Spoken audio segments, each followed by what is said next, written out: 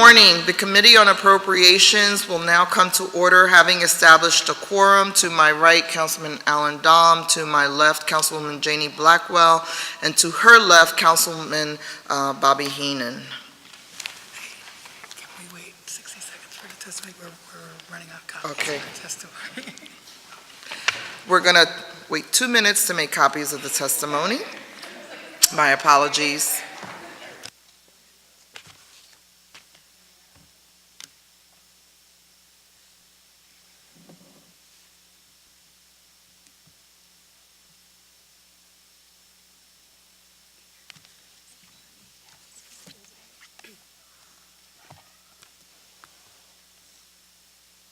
We're going to allow you to review that as the copies are made.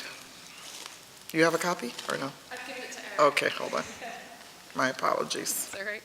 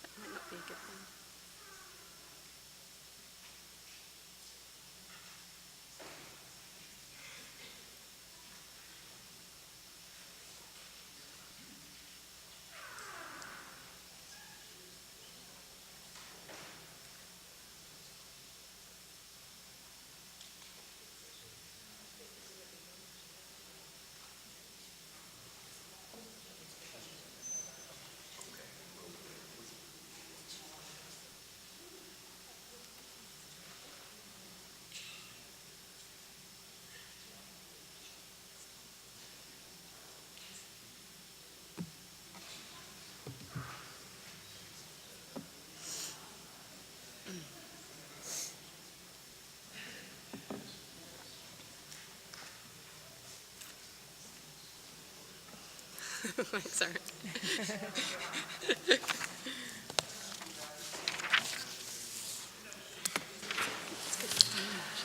We will resume. Will the clerk read the title of the bill? Bill number 180264, an ordinance authorizing transfers and appropriations for fiscal year 2018 from the general fund, certain or all city offices, departments, boards, and commissions, the grants revenue fund, certain or all offices, departments, boards, and commissions to the general fund, certain or all city offices, departments, boards, and commissions. Thank you. You may proceed. Good morning, Chairwoman Quiñones-Sánchez and members of the Appropriations Committee. My name is Anna Adams, and I'm Budget Director for the City of Philadelphia.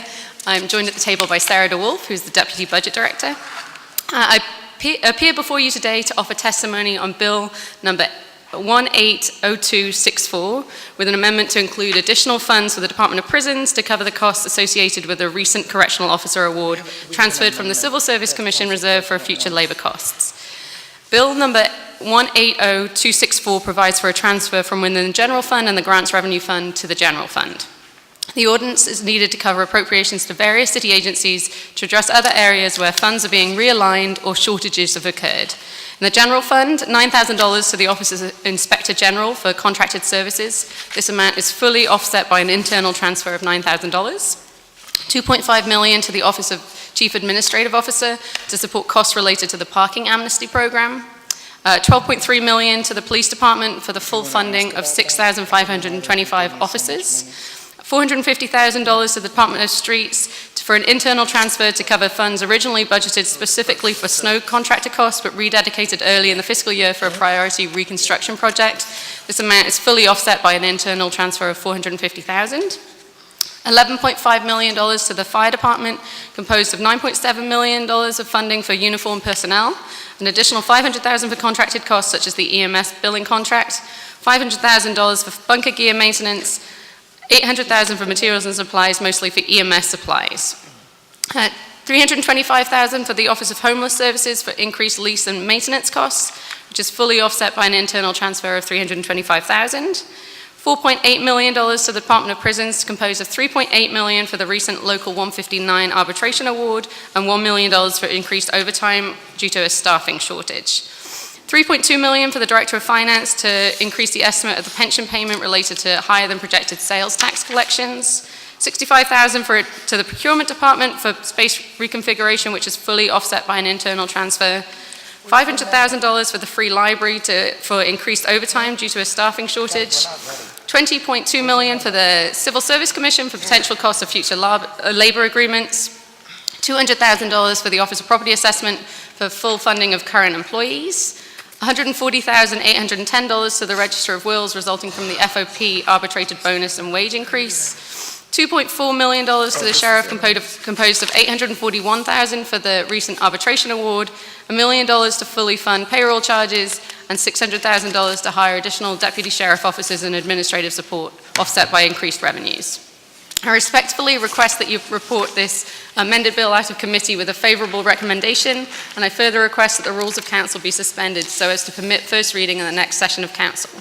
I appreciate the opportunity to testify before this committee today and would be happy to answer any questions you may have. Additionally, representatives from departments involved with the transfers are also available. Thank you. The chair recognizes Councilwoman Blackwell. Thank you. Could you give us some more detail about these personal services, the first item listed? Sorry, which personnel services are you referring to? For council? Is it the internal transfer for City Council? I think that's something that came from Council themselves. I think it's a transfer to cover contracted costs and I think some space changes. Okay, thank you. Question around the personnel related transfers that are non-overtime related. Are we going to be able to staff up and utilize all this money by June 30th? So for the police department, this will allow them to add, there are classes coming up, so this will cover the cost of those classes. Obviously those police officers won't be on the street until they finish being in the academy, so there will be some challenges there. For fire, we expect that the first couple of years of this additional funding will actually be mostly to cover overtime because of a shortage of firefighters and paramedics. Eventually, as the fire department's able to staff up, we expect the overtime to go down, but in the short term, this will mostly be overtime costs, and then it'll eventually switch into regular salary costs. Okay. Chair recognizes Councilman Dom. Thank you, Madam Chairwoman. Good morning. Good morning. I have a couple of questions, maybe if you just enlighten me. Okay. In your letter to council, you mentioned the special events related to the papal visit and the Democratic National Convention. Do we know the final costs to the city of the papal visit? I can get that. I don't have that in front of me, but we have that, so we can get that to you. Is there a range or ballpark? I just don't have it at the top of my head. I know we have it. I have it broken out by different costs, and we can get the full detail to you. And the Democratic National Convention, do you have an idea of that figure? The costs of that? Yes, we also have that. I just don't have that. Most of those are reimbursed by the Department of Justice, but I can get you the full cost. So I guess my question is, were any costs not reimbursed? I believe we also got some funding from the state, which also helps. So there's some that is borne by some things that weren't costs that we could either charge the DNCC or the Department of Justice, but we did get some reimbursement from the state. So I can see if I can get you the amount that was borne by the general fund. I think it would be fairly small if there was any, but we can get you that. Can you get us for both events, just like a one-pager that shows the amount of money spent, amount of money reimbursed by entities, and if it cost us anything for us? Yeah, and we're still going through the process of being reimbursed fully by the Department of Justice, but we can get you the amount that we project to be reimbursed because we may not have the cash yet, but we expect to be reimbursed. All the items that you're requesting are already in our budget, so you're not exceeding the budget, just That's for right. clarity That's right. purposes. It's either internal transfers or this was part of our projection that we included with the budget when we put it out on March the 1st. And the other question I have is I see it's about 4.8 million to the prison system. Yes. And I know that yesterday the mayor announced they're closing the House of Corrections. Thank Yes. God, okay? But do we have a chief financial officer at the prison department? There is a budget director at the prisons. Yes. Because I really think with the 32% reduction in the population, we need to look at that budget and at least carve out 15% in savings at this point. Because I was told consistently, massive savings can't occur until we close a prison. Well, now we closed a prison, so those savings should occur. I understand. Okay, thank you. Thank you for your testimony. Thank you, Madam Chairman. Thank you. Before the chair recognizes Councilman Heenan, as it relates to these special events, and this is the conversation that's going to come up as we talk to Parks and Recs and others, I think it's important to delineate the expenses from the different departments, both on overtime and straight time. Okay. Because I think one of the things is, one is what we get paid back for, but the other thing is that this money does go to the general fund, and the different departments don't get those hours backloaded in.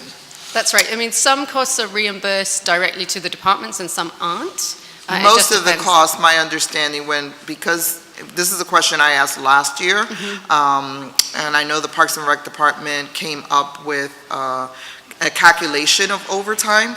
Yes. Not necessarily straight time, but that, when we get reimbursed, that doesn't go back to their department. That's right. And sometimes we don't get fully reimbursed too. So the managing director's office have actually created, they're looking at a kind of a creative way of being able to allocate the funding kind of related to special events, and we're working through that right now, but we may end up putting aside funds in the managing director's office for which we'll pay directly for kind of transferring out of the departments and kind of managing it and sort of centrally in the managing director's office so that they can allocate overtime and straight time to departments, which will get reimbursed that way, which may actually end up being a cleaner way of understanding what's happening with special events. We're still going through that process to understand if we did that, how would it work, and what's the amount of money that would be transferred. Yeah. But I think that may be a And good I'm way not of saying we doing need it. to stop doing events, I know we have the Eagles, the Villanova, and all of that. My concern is that there is a perception that we have put all this money, particularly in Parks and Rec, and until we get some sort of delineation of Yep. all these events, a week before the Eagles, nothing got done in Parks and Rec. Everything, and I had some emergencies, including roof and some other stuff, because staff was all diverted. And people need to know that, because there's a perception that we're putting all this money in Parks and Rec. And if it is being utilized for, again, special events that I think we should do, but I think folks need to know the impact of that.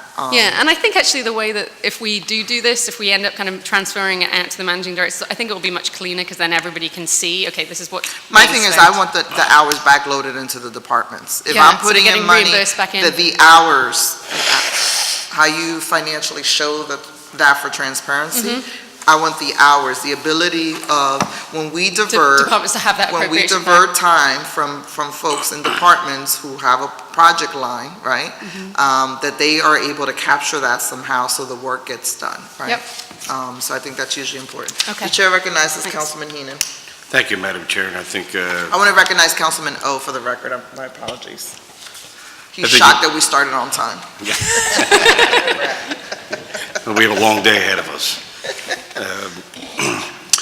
So I have just a couple quick questions. In midterm transfers or midterm transfers, right? Usually they're for specific reasons to get us through the rest of the fiscal year, and some of these midterm transfers are reflected in the proposed 5-year plan. They are. So we're front ending.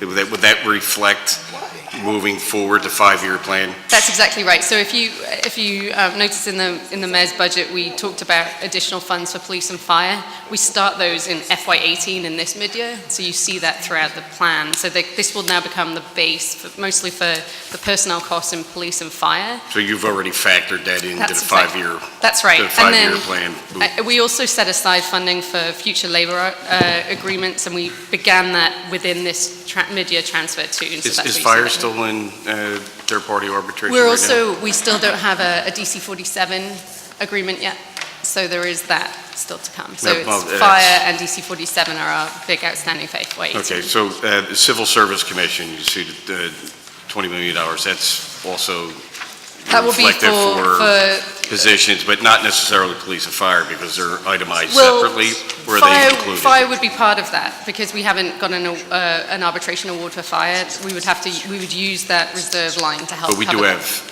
cadet classes and paramedic Yeah, classes. that's separate from this. That's Yeah, this separate. is just for the... That's exactly what I'm Exactly. So the Civil Service Commission line is for the arbitration awards or labor agreements, whereas the direct funding in the fire department is just for the existing workforce to expand. Exactly. I just for wanted to overtime. make sure that we do separate that, We do.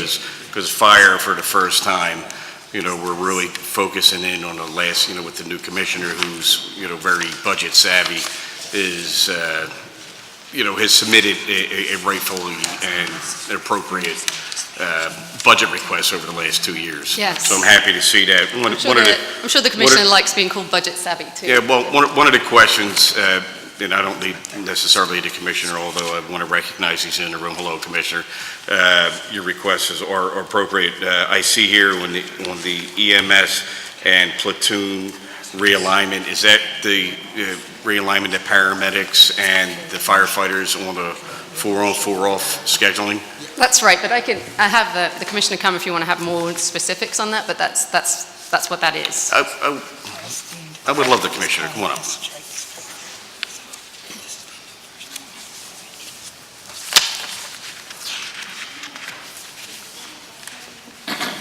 Because I think there's a narrative and a story to tell with some of these requests in your budget proposals with realigning the paramedics with the, firefighter, scheduling.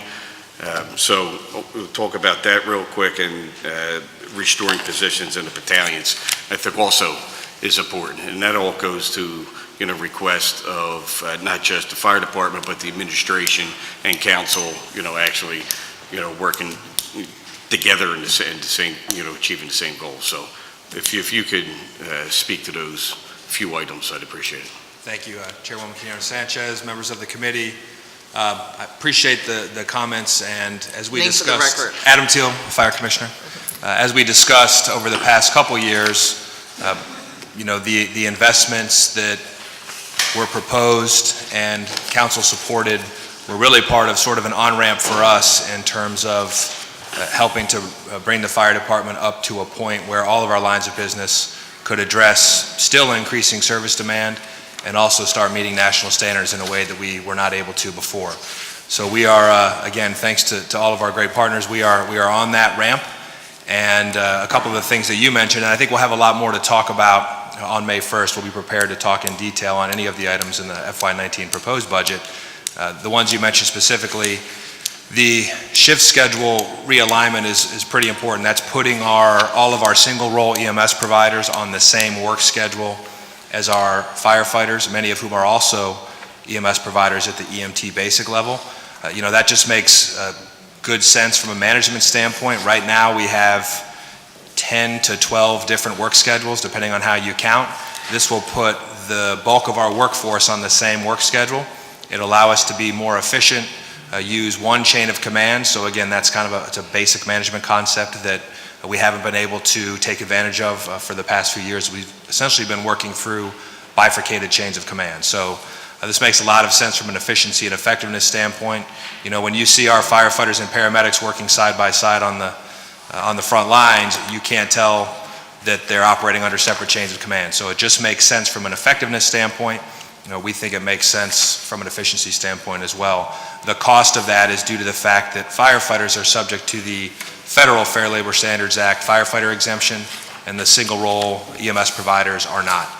So that's the cost of going to that schedule. We think that's more than offset by the cost savings of taking a lot of the friction out of the system, using that unitary chain of command, and all the operational efficiencies that we'll gain. So I think that was the shift schedule part. Did you have another question about one of the I think we FY19 can items? delve everything into you it see when you come in, for your budget hearings. This is a large part of, the midterm transfer, and I just wanted to make sure that everybody knew that they were separate, and this really helps, from a management perspective, get things moving, prior to your scheduled hearing, in front of the city council, so. Yes, and we, again, as you can read in the testimony, we have some real tactical issues, so we appreciate the support. Good, thank you. Thanks for being here. Thank you. The chair recognizes that Councilman O'Neill has also joined the committee. Councilman Dom? Thank you, Madam Chair. I'm going to go back to the prisons for a second. What is the 4.8 million? What is that for? So the bulk of that is to pay for a recent arbitration award with correctional officers. So 3.8 million of that is to pay for the cost of the award. So Is that like a lawsuit that we lost? No, that's the labor agreement. It's an Okay. arbitration. We have a correctional with the correctional officers, and so that's covering the cost of that award, and the rest is for additional overtime due to staffing shortages. Okay, thank you very much. Thank you, Madam Chair. Thank you. I think to Councilman Dom's point, it will be very interesting for us to, as we move forward with this planned shutdown, for some goals to be established about expectations around overtime. They're also staffing up, aren't they? Yeah, I think Do they have have classes at the academy now also? Yes, they do, and I think they have a current shortage of staff, so they're really trying to make sure that they can, which is why we needed to add additional overtime costs in this transfer. But yes, they still need to staff up just to manage the existing. So we had approved how many new members for correctional officers for this program year, and are we online? Can we have the commissioner come out? Are we online to hire up? Because it was pretty ambitious, as I recall, for this year.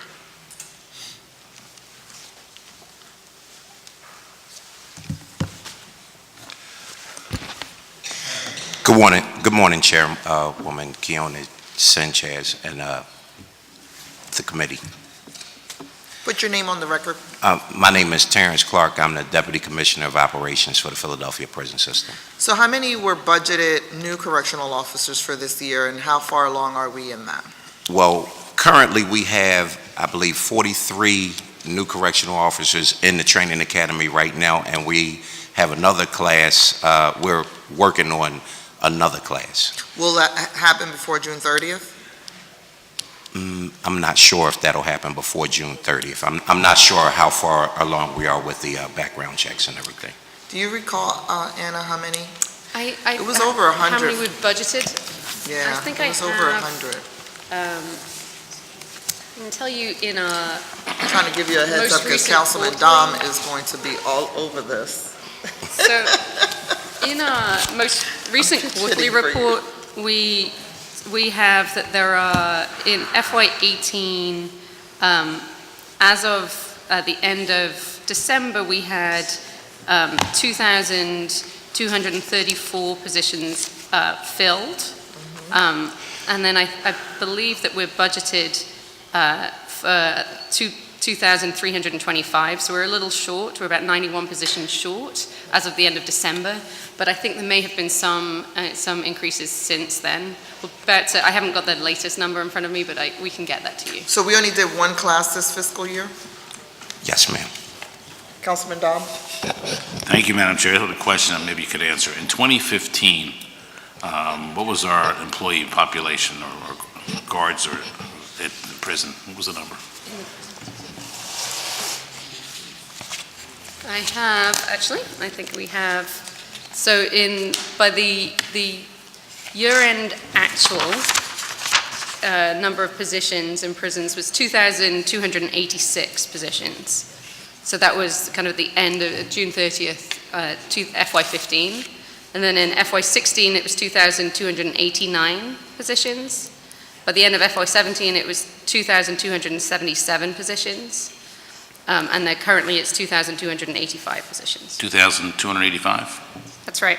So here's Well, my... that's the year-end projection that we'll be at. We're at 2,234 right now, and we expect to be 2,285 by the end of the year.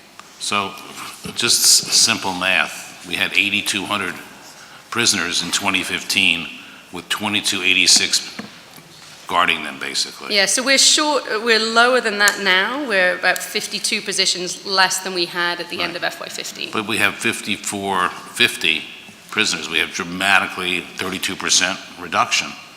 Why are we Yes. not seeing some sort of maybe 15% at a minimum reduction? My understanding, and I will defer to the Deputy Commissioner, but my understanding is also related to kind of staffing levels on certain wings, and you have to make sure you have minimal staffing levels, but I can defer to the... That's the company policy to say that, but go ahead. That will be correct. Currently, we have, we started off, before depopulating the House of Correction, we started off with about a 16% vacancy rate. The vacancy rate has come down some at this point because as we depopulate the House of Correction, we close posts within the House of Correction, causing the post matrix to be lower, causing the vacancy rate to be lower.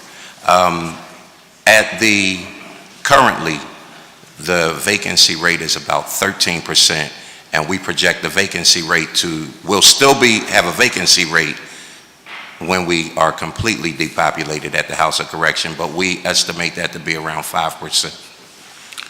Are you in charge of the budgets for the prison system? No, I'm not. Too bad, okay. But here's the point that anyone would ask this question. How in 2015, you have 8,200 people, you have 2,286, we have 5,400 now, 32% less, and we have 2,234 heading, and you want to increase it. How is that possible?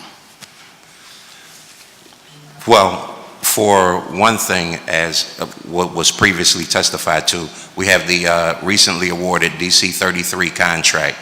And that... I'm not talking about dollars, I'm talking about the number of staff, the people.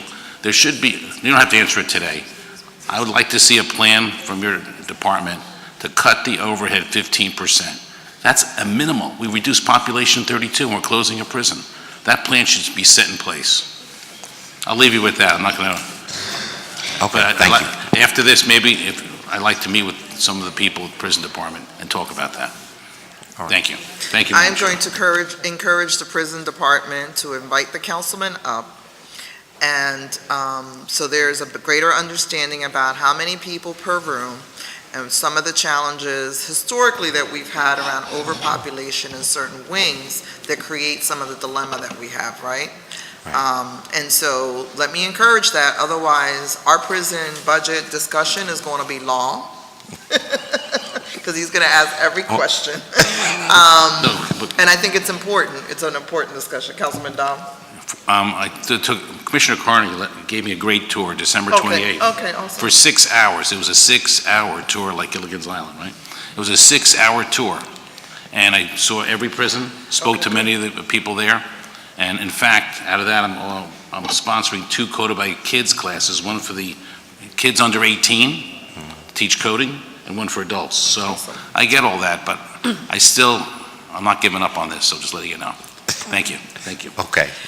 Thank you. So get ready. What's the date? You already have the date? No, what's the prison budget date? I know you have it marked off in your calendar. Thank you. Thank you so very much. I think it's huge.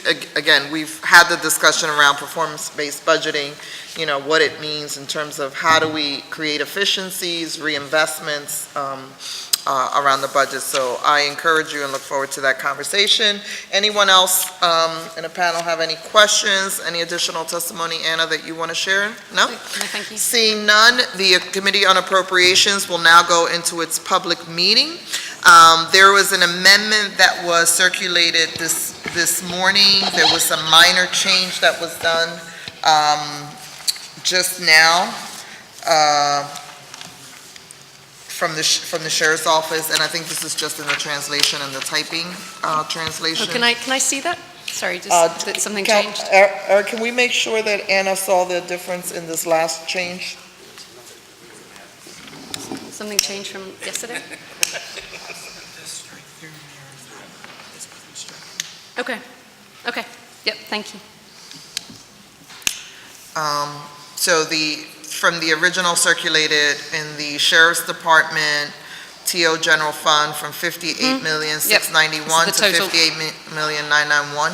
Yep, thank you. Yep. We're good? Yes. All right. So with that, I am going to recognize Councilwoman Janie Blackwell for a motion on the amendment to Bill 180264. Thank you, Madam Chair. I offer an amendment to Bill Number 180264. A copy of the amendment has been circulated to all members of the committee, and now I move that the amendment to Bill Number 180264 be approved. All those in favor? Aye. Any opposition? Seeing none, the amendment is adopted. Can I have, Councilwoman Blackwell, a motion on the amended bill of 180264? Thank you, Madam Chair. I move that Bill Number 180264 as amended be adopted. All those in favor? Aye. Any opposition? Seeing none, Bill Number 180264 as amended will be moved out of this committee with a favorable recommendation, and further move that the rules of council be suspended to permit first reading at our next session. We already passed it. Thank you. That concludes our testimony. For the record, Councilman O voted twice. Thank you. Thank all. you.